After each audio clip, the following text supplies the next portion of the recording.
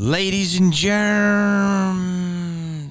I was going to rant about this on my Instagram, but I figured I would do a more detailed take on it. And again, it's not my business, but it is because it is. What am I referring to? I'm referring to the WGA strike, and I'm going to give you my opinion, and I'm going to give you what I'm hearing. People are going to say, well, what do you know about it? You're not a writer. But I am. I'm actually in the WGA. I'm very lucky to be in it. I got on it in the early 2000s for about 5 different projects, 2 TV shows, 2 movies. So what do I know about strikes? Well, out of lemons comes lemonade. Basically, when I was pitching the Jamie Kennedy experiment, which is a wild time in my life and very hard to get it going after many false starts and stuff, one of our pitch points was that it was strike-proof, meaning that it could be produced during a WGA strike. That was very enticing to the network. I don't remember, it was over 20 years ago, if the WGA strike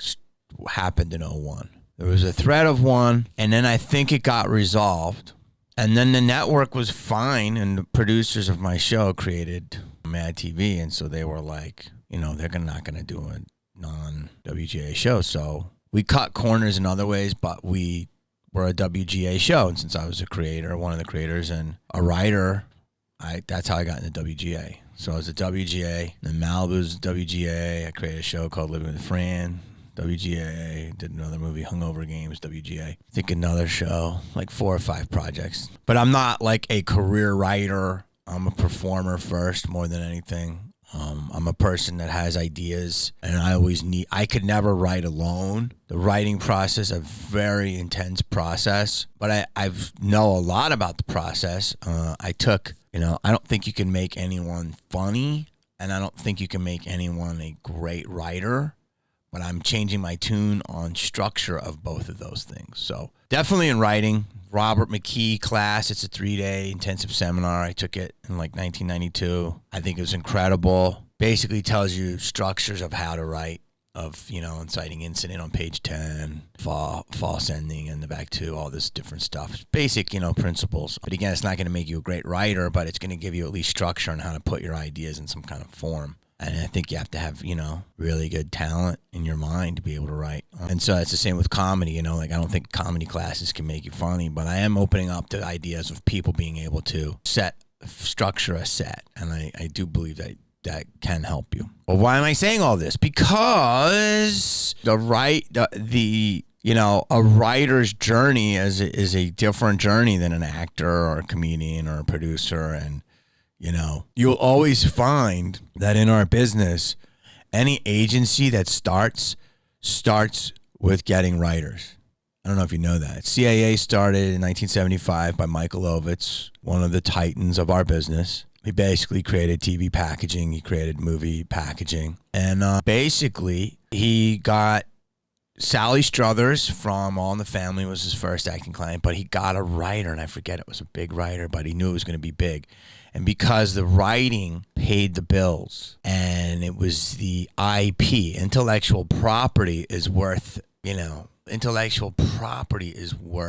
ad addendum, infinity, if it's done correctly. Just Stan Lee, as much as I love Humphrey Bogart, probably Stan Lee is worth more. You know what I'm saying? I love Humphrey Bogart, but Stan Lee, who's bigger? Just pick one of Stan Lee's. Just say Spider-Man. Who's bigger, right? Like Spider-Man will go on forever. Humphrey Bogart's legend will, but will they make movies and the Bogart universe? That's what intellectual property is. So, and Stan Lee's had, thousands. So as much as I love Humphrey Bogart, I also love Spider-Man, and I see how Spider-Man is bigger than Humphrey Bogart. I'm going off on a tangent that I didn't plan on, but so writers are basically the backbone of our business. Now, what I mean by that is they are the idea. So for someone like me, my hero is Eddie Murphy. And, I don't know enough about him, but I heard when he got an SNL, he got with an amazing writer, and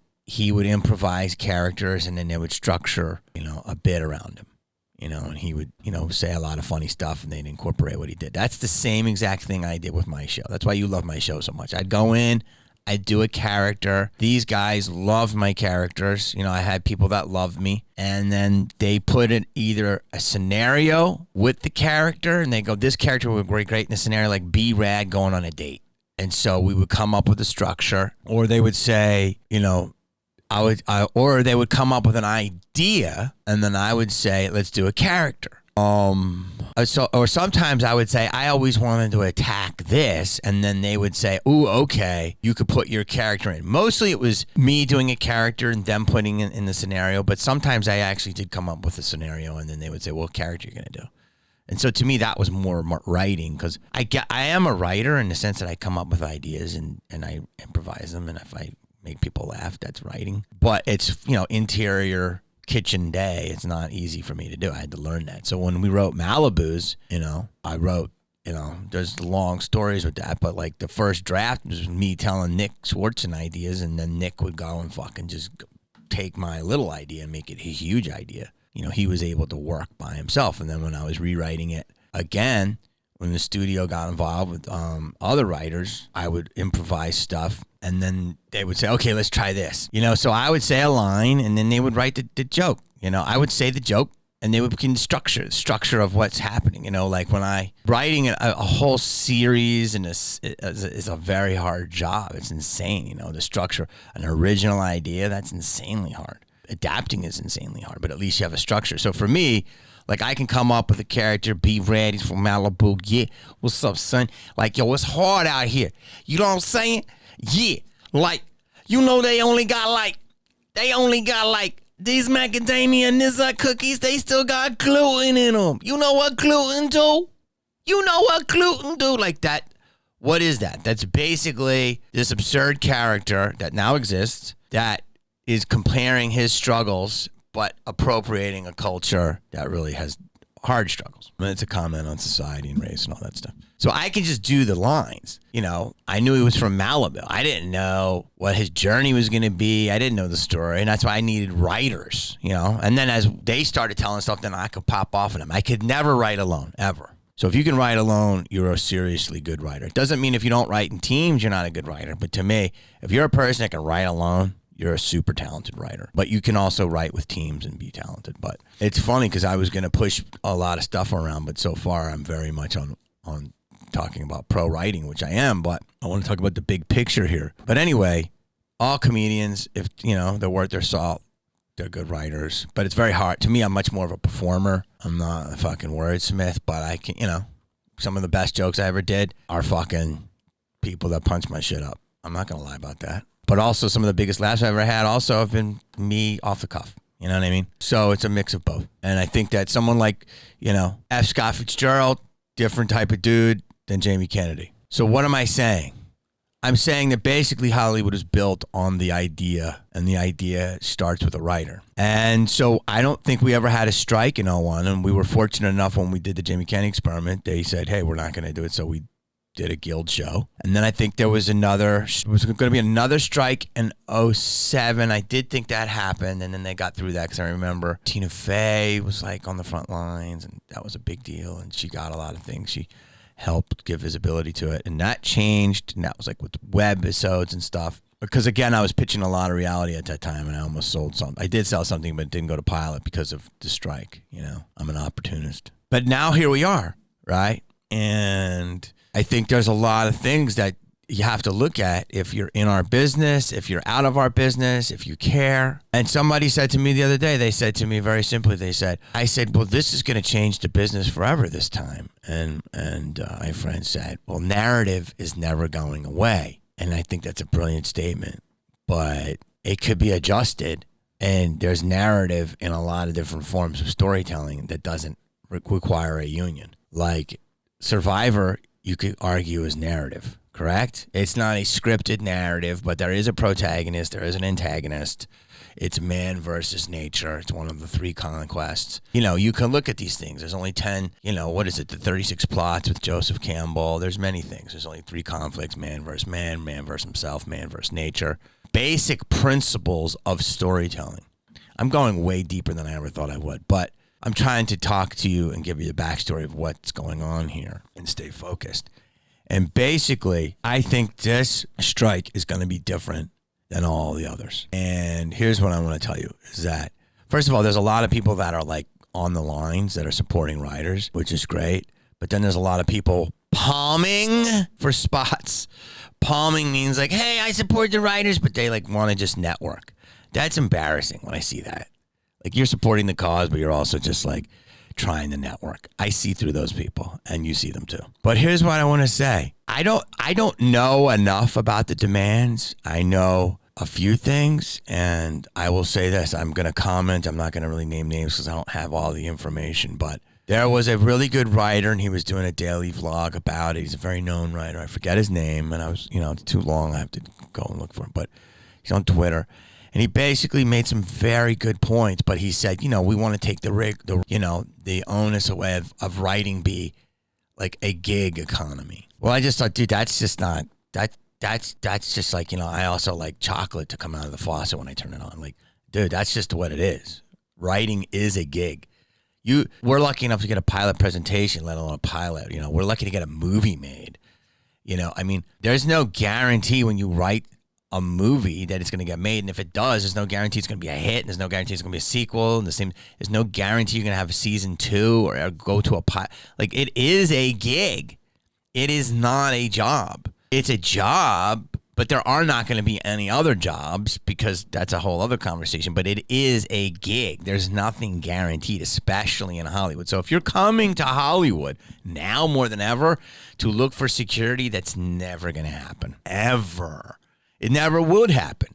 You can get on a show for 8 years, but that's incredible. And if you're on, The Simpsons being there for 33 years, that's insane, or 34 or 32, whatever it is, that's incredible. But again, there's people that don't do that. There's people like David Koepp who just write, movies. He wrote one big movie and the rest is history. He's the biggest, one of the top 5 writers in Hollywood, So there's no guarantee. And I think that acting is a gig, comedy is a gig, directing is a gig. I know a director that's made millions of dollars. He can't fucking get hired right now. Brilliant. Because the town deems him cold. That's it. It's a gig. So to say that writers are should be more grandfathered in than anything else, it's just there's no security in this business. So I don't agree with that statement, but I understand that they have to have, their needs met. But one of the things is they're just so far away from the studios and the writers. It's insane how far away they are. I believe one of the things was the writers were demanding a minimum in the room of 14 writers, or let's just say 12. I don't know. Maybe let's just say 10 or whatever, right? I don't know. And in my experience in doing this, you've got 2 types of writers. We would have a writers meeting every Monday morning, and they would say, pitch your ideas. And some of our greatest ideas would come when we were ordering lunch, and we would watch a game show. And we would get so mad at the rules. That's how we came up with Quick Cash. And that was at lunch, in between. We weren't watching it for research. We were just watching it to vegetate during lunch. And Adam Small was like, this is fucking, it pisses me off. I'm like, the rules are everywhere. He was like, let's make the most confusing game show. That's how that happened. That was inspiration, right? But if you're in a room, there's always going to be super hitters and then people that strike out, right? So let's say you have 8 writers. There might be 3 writers that are doing 90% of the heavy lifting. Or people only can write in the group, and when they send them alone, they can't write. Or there's writers that are way better. My old assistant, David Bernstein, you would tell this guy, I don't know, it's cat and a tomato soup, can of tomato soup. And this guy would come back with 65 fucking pages of jokes about cats, tomato soup, and a whole fucking script. He's incredible. He was my assistant, begrudgingly got me coffee. He went to Penn. He grew up in D.C. He was being utilized. He worked at a very famous female producer's office getting them fucking muffins from Huckleberry. And he's underused, and he was a humble kid, but he would just slip me jokes when I would tape something. And I'm like, the producer's like, that's hilarious. And I'm like, see that guy pouring a fucking half and half? And that's how he got jumped in. I said, you got to hire, and he became in the WGA because his talent was undeniable. So there's different types of writers, but I see writers that are super productive, alone in their cubicle, introverted, fucking volumes of stuff. And then I see other writers that are teams that are great. And then I see writers that write good in a bullpen. You know, for me, it's variance of stuff. But like to say that you need 10 writers in a room, but maybe only 5 of them are doing it, I don't know if you need that. But again, I would be punched by writers for saying that. But that's not even it. The biggest thing is, what did I tell everybody? This business is being disrupted insanely. And it's like what the writers want and what the studios want are so far apart. And there's also a little bit of Metallica, not LimeWire, but you know what it was, 01 to this. Sean Fanning, whatever that was. And I'm going to explain it to you. The business is being disrupted. I barely watch stuff. I see so much shit on TikTok. Everyone's entitled. Everyone wants to be famous. No one gives a fuck about anyone else. Everyone else is huge, you know. There's so many different economies happening here. And you're going, well, what does that have to do with the Emmys? Well, attention, right? Like attention. Hollywood is getting less and less attention. And I don't know how it's going to work because you're going to have to always have legacy IP. And you are going to have people that to write that. Now, whether the union, I don't know if this is a union buster, but there's going to be creme de la crop of people that write, and then there's going to be people that don't get the shots, right? But the studios, they're going to say the economics of scale are not there. And you can argue, people are saying, well, the CEOs are taking all this money. Yeah, they're going to do that because it's the stocks and they're going to do that. But Hollywood is losing market share. You have to admit that. But I mean, for everything that you see, then you see Top Gun doing $1.5 billion. So it's going to be allocated to certain projects. Now, in a perfect world, you would make Top Gun and you'd also make Everything All at Once because together, those are two. It's art and commerce. It's both art, actually. It's both very art, but one is a super huge commercial and the other one. But the other, Everything All at Once, I have to see it. I heard it's an absolutely insanely beautiful movie, and it made $140 million. Like, it made a ton of money for its budget and everything. So it's a super hit. So what am I trying to say? There's a lot of bad. I'm pro artist, but I'm also pro reality. That's what I'm trying to say. And here's the reality of the situation.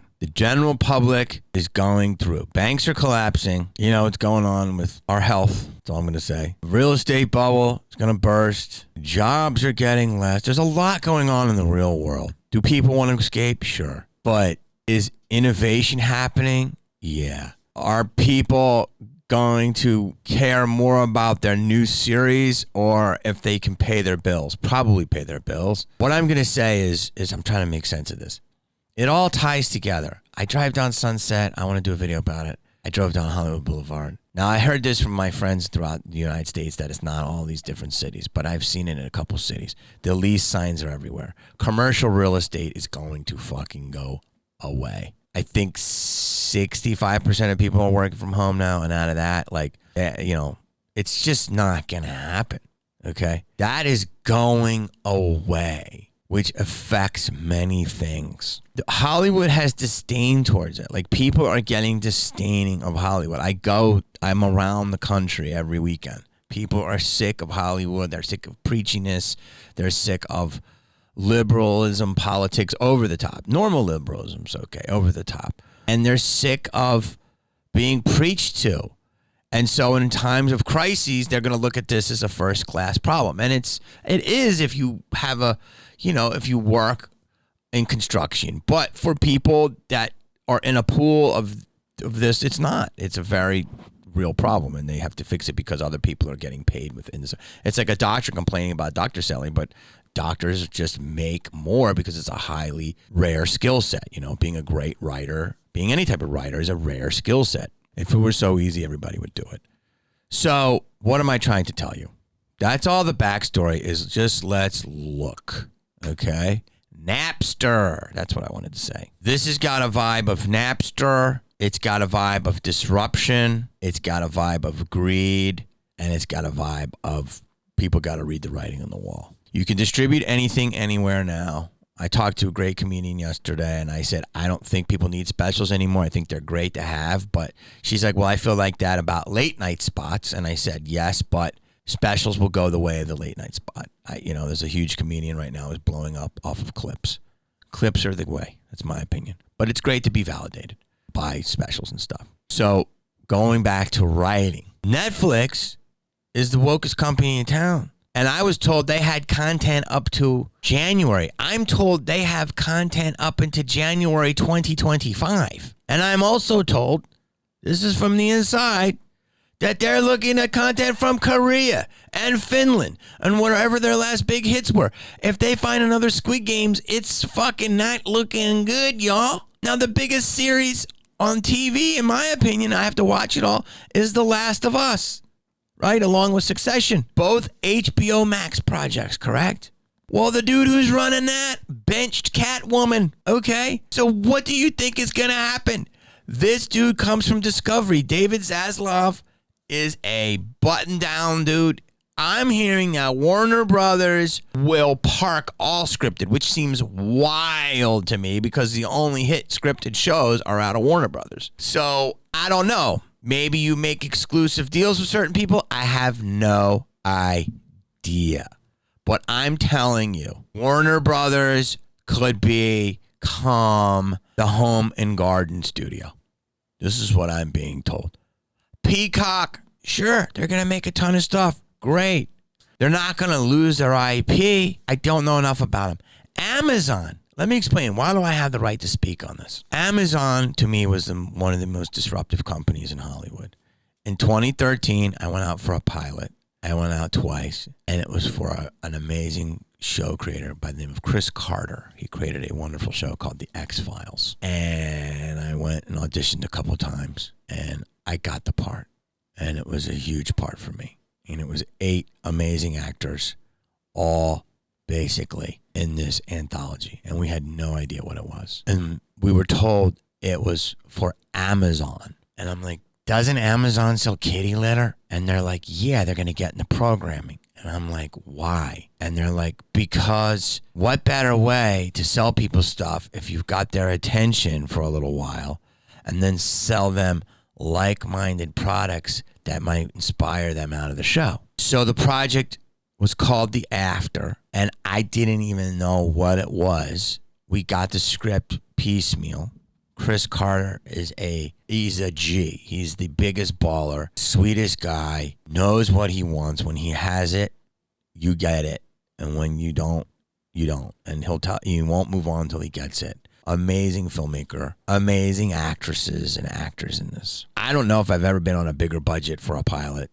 We shut down Century City, 3 streets, helicopter shots, huge crashes, tons of stuff, huge drama. Paid a lot of money. It was wild, right? So Amazon was the greatest, and I believe it was going to be 99 episodes, and I think it was based on something called Dante's Inferno, where there was 99 installments of this. And Chris Carter, he said, how do you cast people? Or we was talking about this when we were doing the press for the movie. And he's like, well, I don't really cast. I think he said something like, I don't cast people. I cast their essence, and I know it will come through. And I played a gay clown. So, I don't know. You tell me. I played a gay clown. So, long story not boring is Amazon was incredible because they put the pilot online and users would vote. And the votes decide whether it would go. And we had something like 52,000 reviews. And it was fucking almost 5 stars. It was like, this is insane. This is incredible. Oh my God, it's gripping. It was like right in my wheelhouse. It was like Scream-esque, So much fun shooting with Sharon Lawrence. We had a lot of balls. We had a lot of fun. And so, what am I trying to tell you? At that time, there was 3 other shows that were competing. And we had beaten them all by double. In terms of the votes. One was called Mozart in the Jungle, one was called Transparent, and one was called Bosch. Our show was the highest reviewed, highest rated.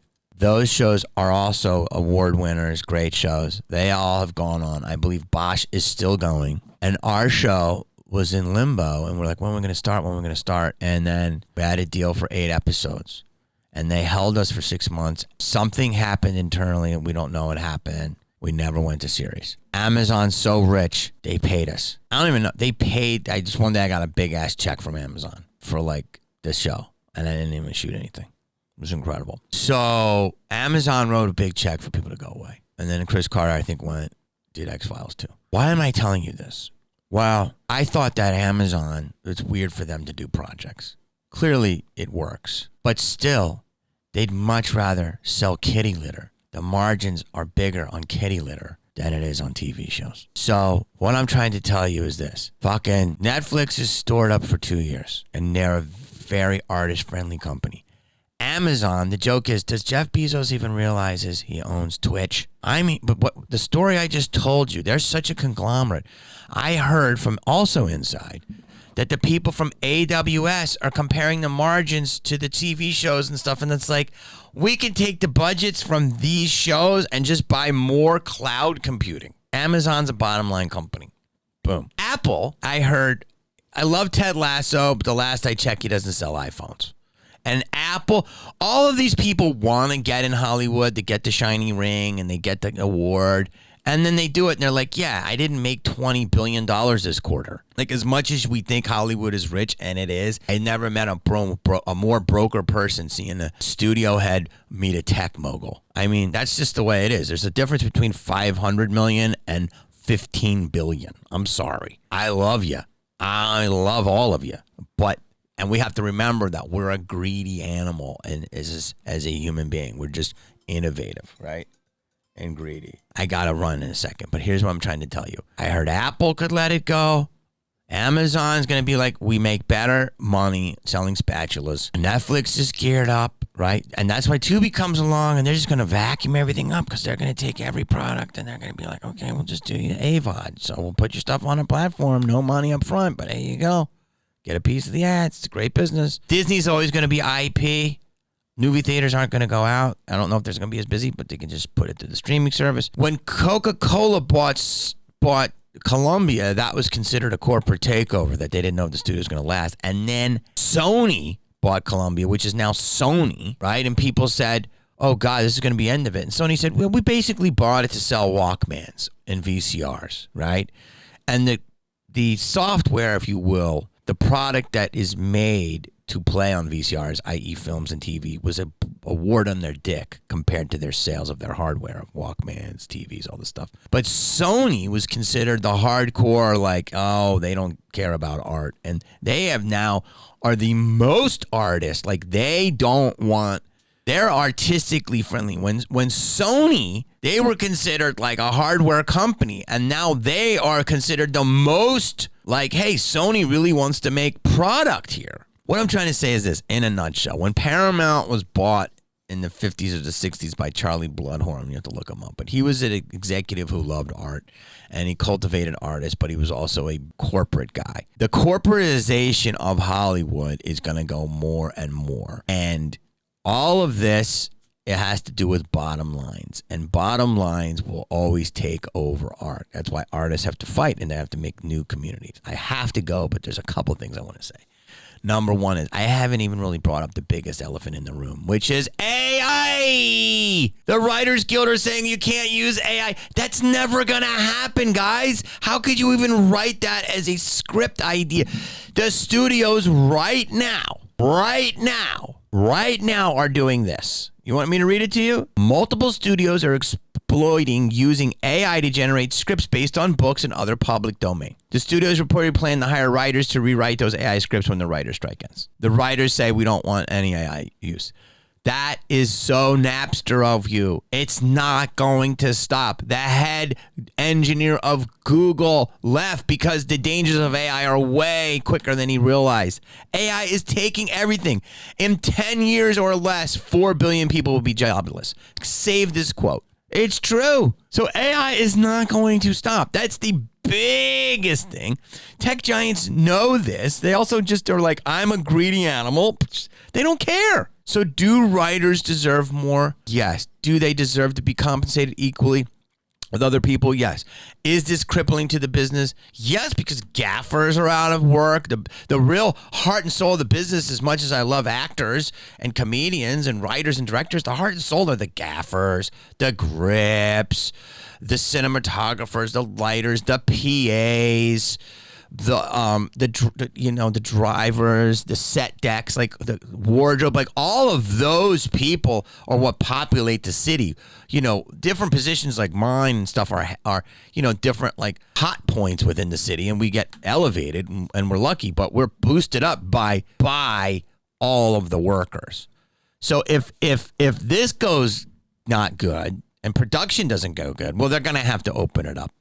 And I already know somebody that was doing something non-union on another union, and they snitched him out, and he's now off something I knew because the union didn't like it. But there's going to be more of that. And so if all of our infrastructure is not working, there's going to be a lot of restlessness. Oh, God, this is going to die. But in a nutshell, AI is not going to stop. And what I want to tell you is that Disney is demanding that showrunners work their non-writing duties during the writer's strike, striking that they're required to do the duties even if the WGA attempts to fine you for performing such services. This is going to change Hollywood forever. I'm going to go. I know the video's done, but I'm just going to say this. Keep the audio going, Kyle, and you can just put blank picture. What they should do is, I don't know if this is going to be a union bust or all the writers should get together. I was told this by a very smart guy, John Timas, and form their own subscription service. And if you want content written by WGA writers, that's what it is. Also, CBS, for instance, I think made like 23 scripted pilots in the last couple of years, like per year.